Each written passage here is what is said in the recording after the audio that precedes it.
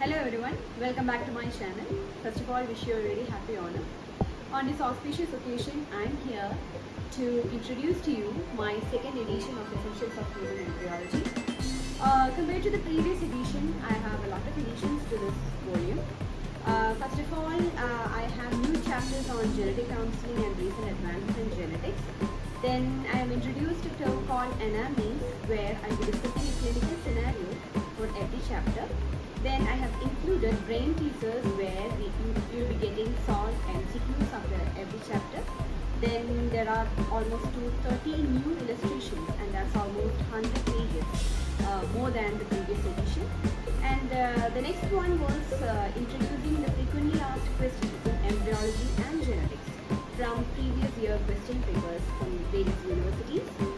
Then for EC revision purpose, I have introduced 30 embryology charts for practical examination, and I have added all these things towards the end of the book. And the next, some of the features which you might have already come across were the clinical nuggets containing interesting facts about the topic.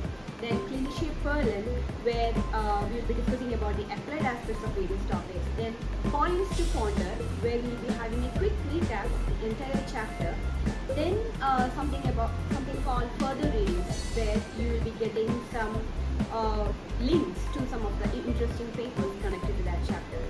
So these are some of the interesting facts of the second edition of Essentials of Human Embryology by Dr. Rose.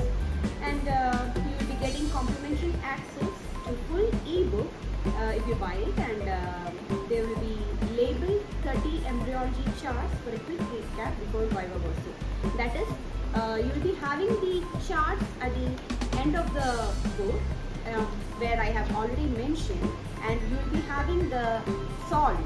These are the charts where there is nothing labeled, and this is the exact form in which you will be getting the charts in the practical examination. And all these charts are labeled in the e-version. You can get it in that e-version as well. So that's about the second edition.